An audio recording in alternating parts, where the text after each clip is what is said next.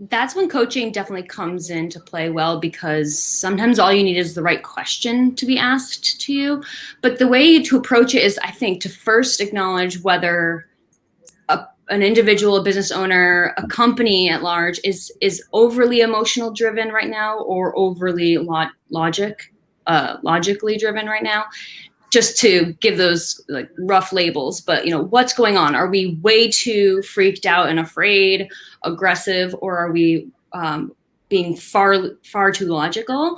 And then consider ways to look at the other side. So for instance, abundance mentality, if people aren't feeling like there's enough to go around, if they're feeling like I'm just working myself to the bone to get my next 2 clients, that is a signal that, hey, we're not in abundance. In fact, we're afraid, we're getting desperate.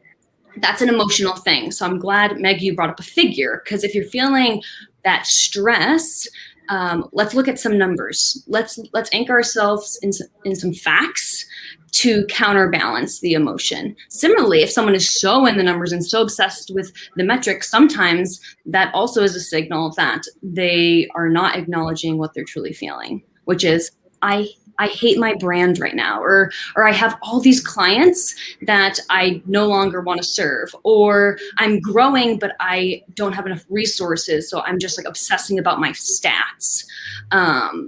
And that's really where I look first, is where is the balance kind of tipping too strongly in one direction.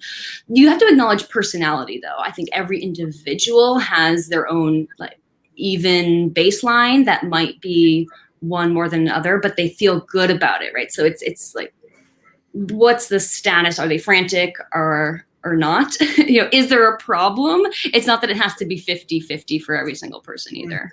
Mm-hmm.